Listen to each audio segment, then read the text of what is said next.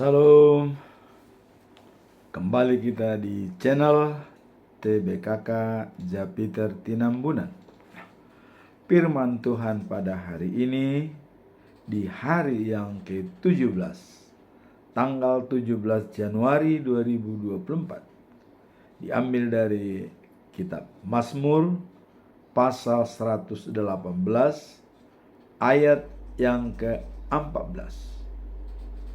Dengan perikop doa syukur atas kemenangan.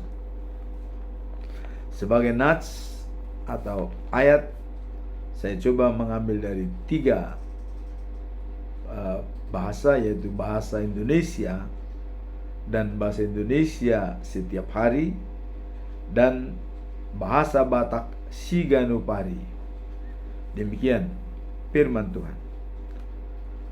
Tuhan itu kekuatanku dan mazmurku, Ia telah menjadi keselamatanku. Dalam bahasa Indonesia sehari-hari, Tuhan adalah kekuatanku dan perisaiku, Ia telah menyelamatkan aku. Dalam bahasa Batak Siganupari, Jehovah do mambahet ahu gabi margugu, ibana do napaluahon ahu. Itulah firman Tuhan pada hari ini. Kemudian bacaan pagi diambil dari kitab Yosua pasal 11 ayat 16 sampai dengan 23. Daerah yang direbut Yosua. Kalau kita lihat sedikit cuplikannya, ya, Yosua membuat semua daerah Amori, baik pegunungan, ya, kaki gunung di utara dan selatan, seluruh wilayah Gosen, lembah Jordan, ya, dan luar daerah pegunungan gundul selatan Edom, sampai utara Bat-Gaat, di lembah Libanon selatan Gunung Hermon.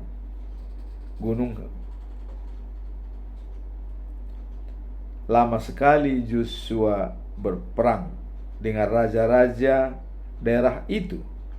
Akhirnya ia menangkap dan membunuh mereka semua.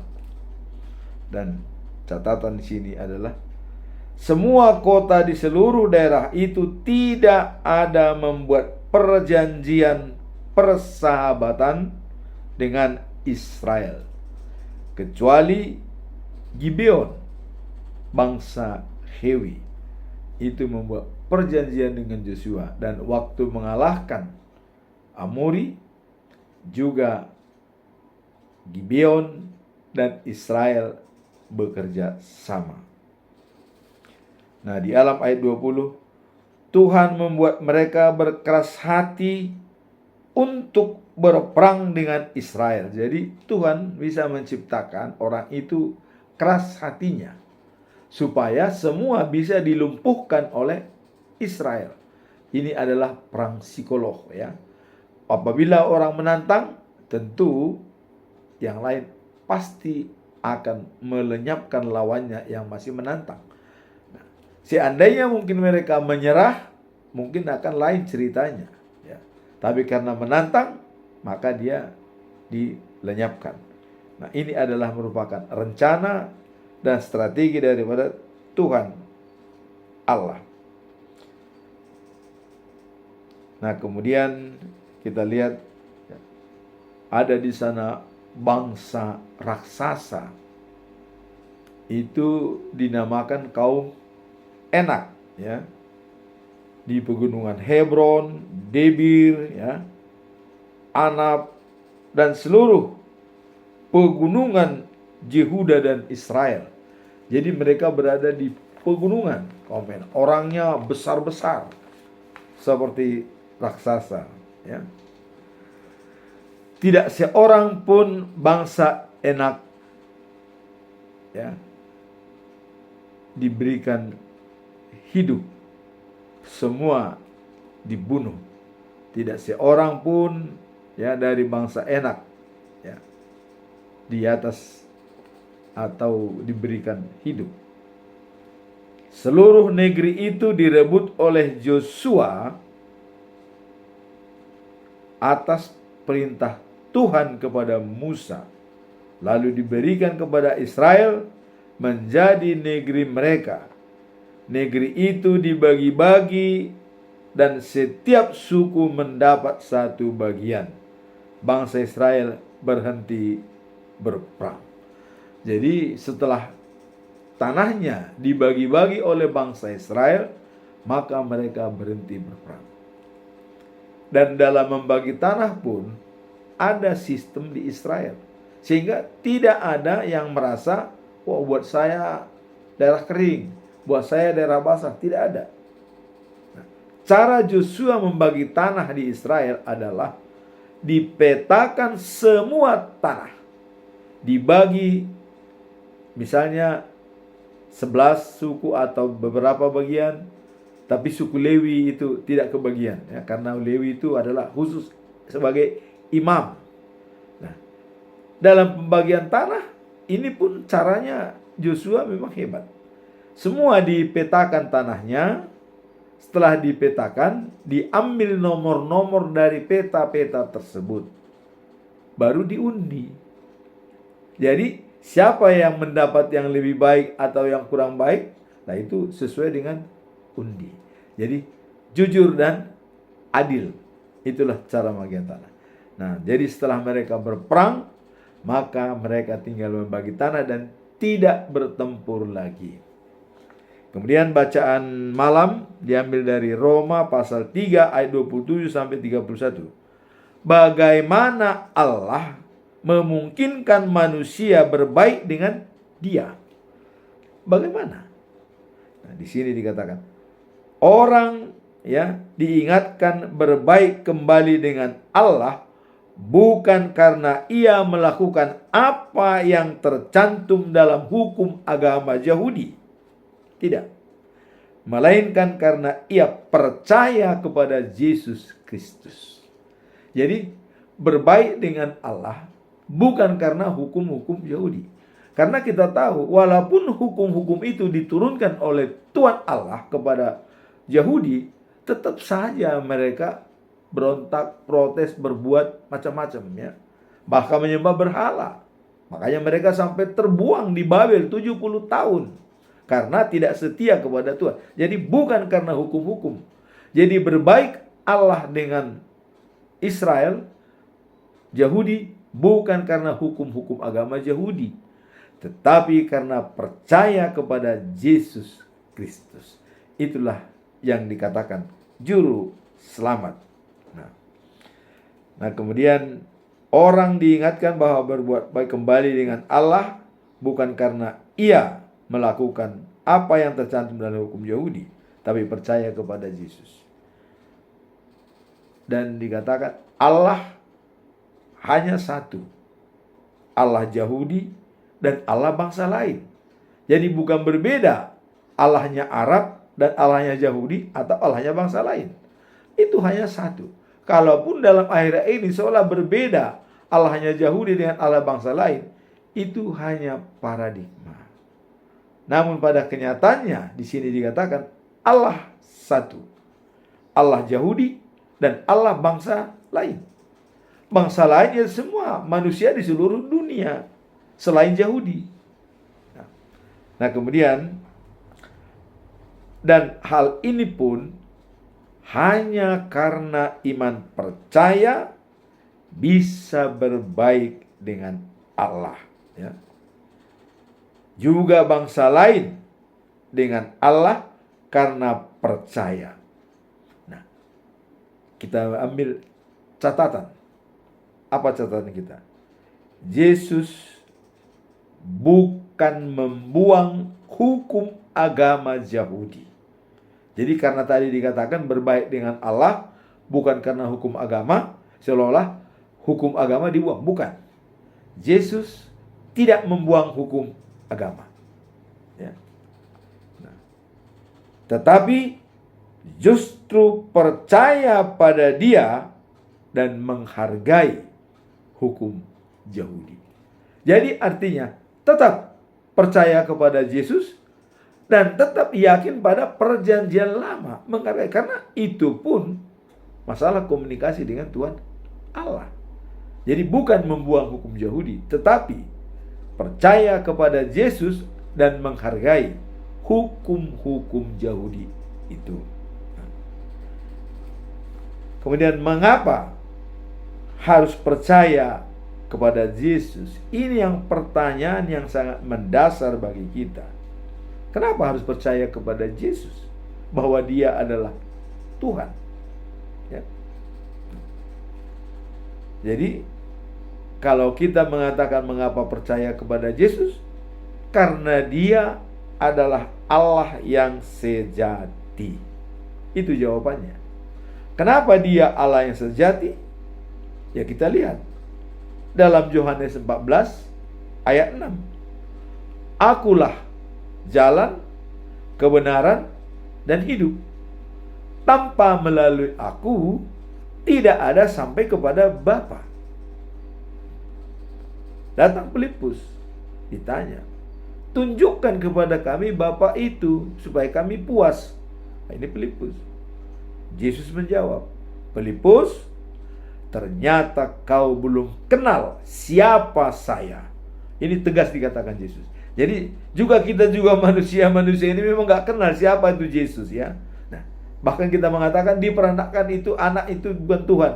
Nah, sekarang Filipus ditanya, ternyata kau Filipus tidak kenal kau siapa saya yang sebenarnya. Yesus mengatakan sebelum Dia naik ke surga.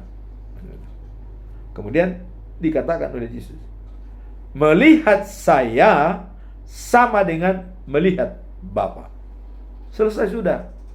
Berarti Yesus sama dengan Bapa. Ya. Tidak mungkin melihat manusia sama dengan melihat Allah. Ya. Atau melihat sepulan sama dengan melihat Yesus. Tidak. Melihat saya sama dengan melihat Bapa. Ini kata Yesus. Kenapa? Karena Yesus itu adalah Alfa dan Omega. Nah, kalau dilihat lagi dalam Yohanes pasal 1 ayat 1, pada mulanya firman. Firman itu bersama dengan Allah. Nah, firman itu adalah Allah. Nah, Yesus adalah firman yang turun ke bumi. Kenapa Yesus firman? Karena Dia berfirman melalui malaikat, ya, Gabriel.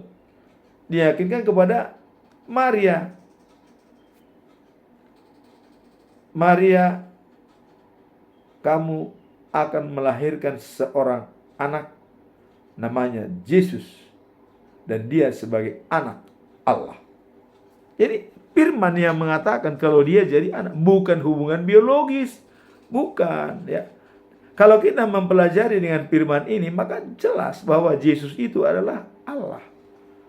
Nah, kemudian waktu dia dibaptis, Yesus itu dikatakan bahwa, ya,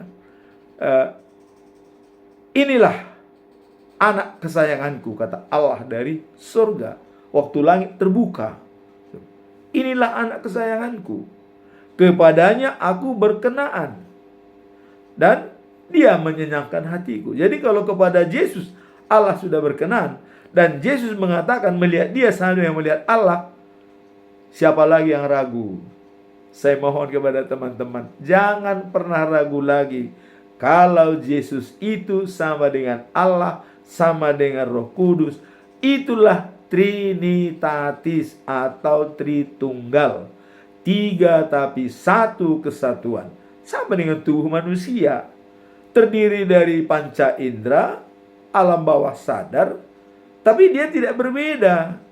Panca indera itu ya otak, jantung itu jadi satu di dalam tubuh.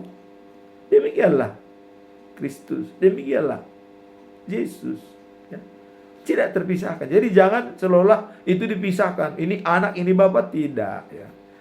Demikianlah teman-teman. Nah, kemudian ayat ini, ya, menegaskan bahwa Yesus disebut sebagai firman, memiliki esensi yang sama dengan Allah. Jadi karena firman itu Allah, Yesus itu adalah firman, itu esensinya sama dengan Allah. Dengan demikian, Yesus adalah Allah bukan hanya doktrin, melainkan kebenaran yang diwahyukan dalam kitab suci dan menunjukkan kedalaman hubungan di antara Yesus dan Bapa dalam Tritunggal. Nah, dalam kitab Wahyu pasal 1 ayat 17 dikatakan, ketika aku melihat Dia, tersungkurlah aku di depan kakinya, sama seperti orang mati. Tetapi Ia, atau Yesus, ya, meletakkan tangan kanannya di atasku, lalu berkata. Jadi Yesus meletakkan tangan kanannya di atasku, lalu berkata, dikatakan begini, ya, jangan takut. Aku, dalam kurung Yesus, adalah yang awal dan yang akhir dan yang hidup.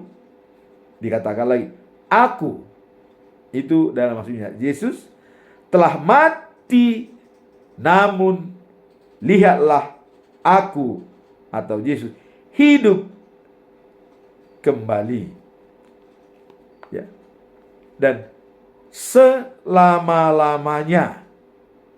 Dan aku, atau Yesus, memegang segala kunci maut dan kerajaan maut.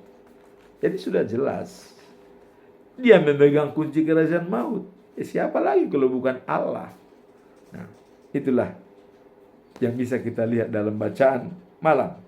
Jadi pengangkatan Yesus sebagai Allah sudah sangat jelas dalam Alkitab, ya.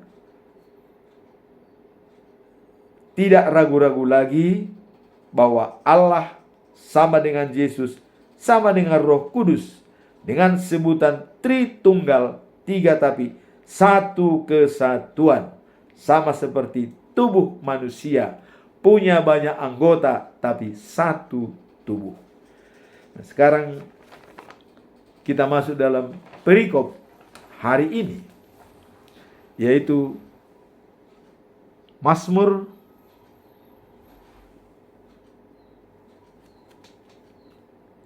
118 ayat yang ke-14. Tuhan adalah kekuatanku dan perisaiku, Ia telah menyelamatkan aku. Apa makna dan pesan moral dari perikop ini? Keyakinan yang mendalam akan pengorbanan, ya, dan pernyataan dan pertolongan Tuhan dalam kehidupan umatnya, termasuk di masa-masa sulit. Jadi di sini jelas bahwa Tuhan sumber kekuatan, perlindungan dalam kehidupan sehari-hari, selalu mengandalkan Tuhan. Karena Dia adalah sumber kekuatan dan sumber pertolongan. Kemudian itulah makna daripada ayat ini. Keyakinan yang mendalam akan penyertaan dan pertolongan Tuhan dalam kehidupan umatnya, termasuk di masa-masa sulit. Dan itu dijabarkan sebagai Tuhan sebagai sumber kekuatan dan sebagai perlindungan dalam kehidupan sehari-hari. Maka kita harus selalu mengandalkan Tuhan. Dan kemudian apa makna atau apa pesan moral dari ayat tersebut?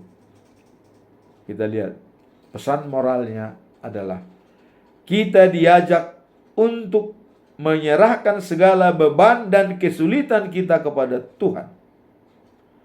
Jangan bimbang dan ragu seperti ombak di laut terombang-ombang di bawah angin. Kita jangan pernah bimbang dan ragu kepada Tuhan sebagai penolong kita. Nah, dengan landasan ketenangan dan keyakinan bahwa semua akan baik-baik saja di dalam rancangannya, karena Ia adalah keselamatan yang sejati. Jadi apa yang sudah dirancang oleh Tuhan, kita harus yakin dan tetap percaya dan menganggap baik-baik saja apa rancangan Tuhan, karena Ia keselamatan sejati. Sekarang kita masuk dalam conclusion, yaitu merupakan kesimpulan kita. Saya tetap membuat 3 pertanyaan bagi kita untuk kita jawab. Pertama, apa makna sejati dari ketergantungan kepada Tuhan dalam kehidupan sehari-hari? Apa gunanya, apa maknanya ketergantungan kita kepada Tuhan dalam kehidupan sehari-hari? Ini pertanyaan pertama. Sekarang saya katakan, ketergantungan kepada Tuhan dalam kehidupan sehari-hari ini mencerminkan pengakuan kita akan kedaulatan dan kebijaksanaan Tuhan. Jadi adanya pengakuan kedaulatan dan kebijakan dari Tuhan, maka kita harus tergantung kepada Tuhan dalam kehidupan sehari-hari. Kemudian hal ini menunjukkan bahwa kita mempercayakan segala aspek hidup kita, baik dalam suka maupun duka kepadanya. Jadi dalam kita susah, dalam kita gembira, mempercayakan segala aspek hidup kita kepadanya. Itulah merupakan jawaban dari pertanyaan tersebut. Apa makna sejati dari ketergantungan kepada Tuhan dalam aspek kehidupan sehari-hari? Percayakanlah kepada Tuhan dengan segenap hatimu dan jangan bersandar kepada pengertianmu sendiri, dan akuilah Dia dalam segala jalanmu, maka Ia akan meluruskan jalanmu. Amsal 3 ayat 5 sampai dengan 6. Itulah merupakan inti daripada kenapa kita bergantung kepada Tuhan dalam aspek kehidupan sehari-hari. Dalam Amsal 3 ayat 5 sampai 6 dikatakan, percayakanlah kepada Tuhan dengan segenap hatimu dan jangan bersandar kepada pengertianmu sendiri. Akuilah Dia dalam segala jalanmu, maka Ia akan meluruskan jalanmu. Jadi Dia akan meluruskan jalan kita dan memperbaiki aspek kehidupan kita. Ini mengingatkan kita bahwa ketergantungan kepada Tuhan dimulai dengan pengakuan iman. Aku percaya kepada Allah Bapa. Aku percaya kepada Tuhan Yesus Kristus. Aku percaya kepada Roh Kudus. Dimulai dari pengakuan iman. Di sana kita mulai menjalankan ketergantungan kita kepada Tuhan. Kalau kita sudah mengaku iman, percaya kepada Yesus, Tuhan Allah dan Roh Kudus, inilah memulai kita tergantung kepada Tuhan. Dengan memulai kepercayaan iman bahwa Dia adalah sumber segala hikmat dan petunjuk dalam hidup. Jadi sumber hikmat dan petunjuk dalam hidup dimulai dengan pengakuan iman percaya kepada Dia. Catatan. Jadi ada catatan bagi kita. Ketika kita melepaskan keinginan untuk mengontrol segala sesuatu dan mempercayakan kepadanya, kita akan menulai jalan yang benar dan damai dalam setiap aspek kehidupan. Jadi untuk memulai jalan yang damai dalam setiap aspek kehidupan kita, ketika kita melepaskan keinginan-keinginan untuk mengontrol segala sesuatu dan mempercayakan kepadanya. Jadi kita tidak berhak mengatakan bahwa ini harusnya begini, harus begini, tidak. Tapi percayakan kepadanya, maka disitulah mulainya timbul jalan damai dan menemukan jalan yang benar dalam aspek kehidupan kita. Pertanyaan yang kedua adalah, bagaimana cara mengenali suara Tuhan dalam keputusan yang harus dibuat di masa sulit? Jadi bagaimana kita mengenali suara Tuhan dalam mengambil keputusan dalam situasi sulit? Ya misalnya kita baru bertengkar, terus kita harus berdoa. Bagaimana kita bisa mengenali suara Tuhan? Di sini dikatakan, dalam menghadapi keputusan yang sulit, mengenali suara Tuhan menjadi sangat penting bagi kehidupan seorang Kristen. Bagaimana cara kita mengenali suara Tuhan?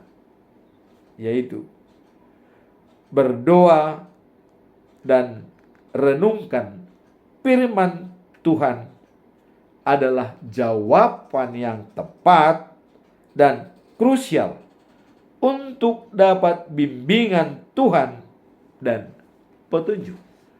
Jadi dengan berdoa dan merenungkan firman Tuhan. Kalau dalam Filipi 4 ayat 6-7 dikatakan, serahkan kekhawatiranmu kepada Tuhan dan nyatakan dengan permohonan dalam doa. Serahkan. Nah, itulah cara kita untuk mengenali suara Tuhan pada saat mengambil keputusan yang sulit. Kita ragu, serahkan kepada Tuhan. Kita khawatir, serahkan kepada Tuhan. Dengan berdoa dan merenungkan firman Tuhan. Maka setiap kita membaca firman Tuhan, pikiran kita selalu dibaharui. Karena apa? Roh Kudus bekerja. Itulah kebesaran firman Tuhan yang kita baca setiap hari. Itulah kebesaran.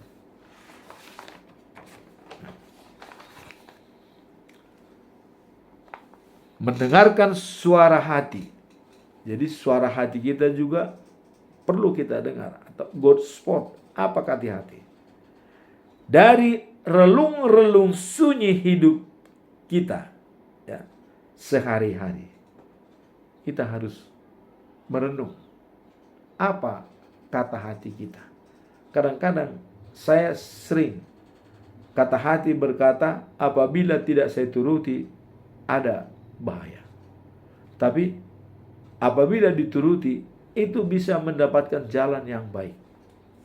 Maka mari kita mendengarkan suara hati kita setiap saat. Dan cara untuk mendengar suara hati apabila kita tetap berdoa dan membaca firman Tuhan. Suara hati kita semakin besar, dia akan bergelora. Tapi apabila kita melakukan hal-hal yang tidak sesuai dengan kehendak Tuhan, suara hati kita itu terdengar hanya sayup-sayup, bahkan tidak terdengar. Tapi kalau kita selalu merenung dan baca, suara hati itu semakin besar. Seolah-olah semakin diperbaharui. Ini begini, ini begini. Ada jalan keluar. Diberikan jalan kepada kita. Nah. Kemudian dalam Mazmur pasal 119 ayat 105 dikatakan, firman-Mu adalah pelita bagi kakiku dan terang untuk jalan. Ini Mazmur yang menyatakan, firman-Mu adalah pelita bagi kakiku dan terang untuk jalanku. Jadi kaki kita mempunyai pelita dan jalan kita menjadi terang. Firman Tuhan itu menjadi pelita. Membaca firman adalah refleksi dalam pikiran kita. Kita lebih mudah memahami bimbingan Tuhan dalam hidup kita. Jadi membaca firman itu adalah merupakan refleksi pikiran kita. Jadi pikiran kita itu akan bekerja. Pikiran itu bekerja dengan otak. Karena ada otak mengeluarkan pikiran dan bekerja sama dengan jantung.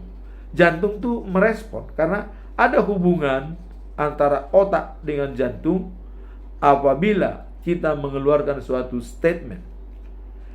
Dan setiap informasi yang masuk ke dalam pikiran kita akan diolah 24 jam. Bahkan tidur pun kita itu tetap diolah. Maka mari kita berikan masukan positif dalam diri kita supaya diolahnya dengan baik. Berpikir baik-baik, hasilnya pun baik. Tapi berpikir yang jelek, hasilnya juga jelek.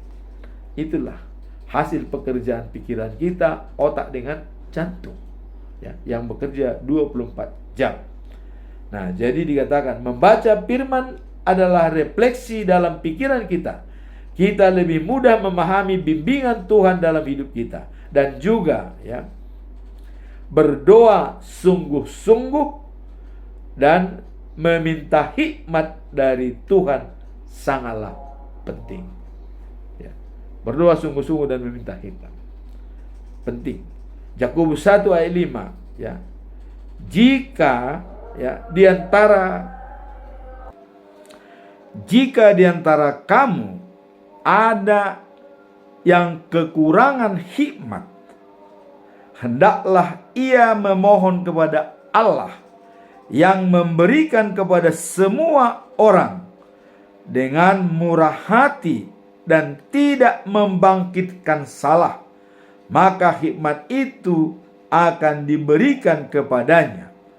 Ayat ini mengajarkan pentingnya hikmat dari Tuhan dalam segala keputusan yang diambil dalam masa-masa sulit, saat keraguan dan ketidakpastian melanda. Menerima hikmat. Jadi Yakobus pasal 1 ayat 5. Jika di antara kamu ada yang kekurangan hikmat, hendaklah ia memohon kepada Tuhan. Jadi hikmat itu bisa kita minta kepada Tuhan. Berikanlah saya hikmat kebijaksanaan dalam memutuskan segala hal. Jika di antara kamu, ayat ini menggambarkan pentingnya hikmat dari Tuhan dalam segala keputusan yang diambil dalam masa-masa sulit, saat keraguan dan ketidakpastian. Nah, kemudian mencari bimbingan ilahi menjadi langkah yang krusial untuk mengenali suara Tuhan yang menanda setiap langkah melalui kesulitan, yang memandu setiap langkah kita dalam kesulitan. Contoh yang pernah meminta hikmat kepada Tuhan adalah Raja Salomo. Raja Salomo meminta hikmat untuk menjadi pemimpin Israel yang begitu rumit dan keras kepala. 1 Raja-Raja 3 ayat 9. Jadi berikanlah hambamu hati yang bijak mendengar, untuk menghakimi bangsa Israel, untuk bisa membedakan yang baik dan yang jahat. Itulah yang diminta oleh Raja Salomo kepada Tuhan Allah pada saat Raja Salomo bermimpi bertemu dengan Tuhan Allah. apa yang harus kau minta. Maka Raja Salomo meminta hikmat kebijaksanaan untuk memimpin bangsa Israel yang begitu besar, agar bisa membedakan mana yang jahat, mana yang baik. Dan itu dikabulkan oleh Tuhan Allah. Itulah contoh dalam pemberian hikmat. Nah, kemudian kita masuk dalam pernyataan ketiga. Pertanyaan ketiga adalah, apa cara praktis? Nah, ini konkret untuk membangun iman kita ketika kita menghadapi tantangan di usia lanjut. Nah, ini khusus bagi usia yang 70 tahun ke atas ini, termasuk saya ya. Apa cara praktis untuk membangun iman, ya, menghadapi tantangan di usia lanjut? Mana? Membangun iman di usia lanjut, terutama ketika menghadapi tantangan, merupakan perjalanan yang penting dan spiritual. Jadi spiritual kita yang menentukan dalam membangun iman kita dalam usia yang sudah lanjut. Dalam Alkitab kita diajarkan untuk tetap kuat dalam iman kita, ya, mengingat kasih dan tuntunan Tuhan yang tidak pernah meninggalkan kita. Jadi kasih dan tuntunan Tuhan tidak pernah meninggalkan kita. Nah, seperti tadi Mazmur 119 ayat 105 dikatakan, firman-Mu adalah pelita bagi kakiku, ya, dan terang bagi jalanku. Jadi kuncinya adalah, ya, kita harus ingat apa kata Yeremia, pesan Tuhan pada Yeremia dalam, ya, Yeremia, ya, 31, ya, ayat 30, ya. Yeremia 31 ayat 33 dikatakan, ya, hukum-hukumku akan kutaruh di dalam batin mereka dan kutulis pada hati mereka. Aku akan menjadi Allah mereka dan mereka akan menjadi umatku. Inilah yang ditaruh oleh Tuhan dalam diri kita. Hukum-hukumnya akan ditaruh dalam batin kita dan ditulis dalam hati kita, supaya dia menjadi Allah kita dan kita menjadi umatnya.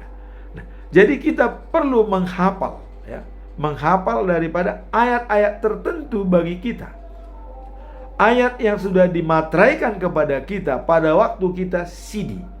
Maka jangan sampai lupa dengan ayat-ayat CD kita. Itulah cara praktis kita untuk tetap berhubungan dengan Tuhan. Nah, kemudian pada saat kita melangsungkan perkawinan, ada ayat tertentu diberikan kepada kita. Hafal. Dan yang ketiga, bagi orang yang sudah ditabiskan menjadi sintua, pendeta, atau hamba Tuhan, atau diakonis, ya, itu ada ayat tertentu. Nah, bagi yang sudah hamba Tuhan dan sudah melangsungkan perkawinan, wajib hukumnya menghafalkan ayat yang dimateraikan oleh Tuhan kepada kita. Itulah cara kita untuk merenungkan kembali dalam situasi sulit. Cara praktis itu yang paling dekat dengan kita. Nah, jadi seperti Mazmur 119 ayat 105 tadi, firman-Mu itu adalah pelita bagi kakiku dan terang bagi jalanku. Ayat ini, ya, menekankan pentingnya firman Tuhan sebagai penunjuk dalam hidup kita.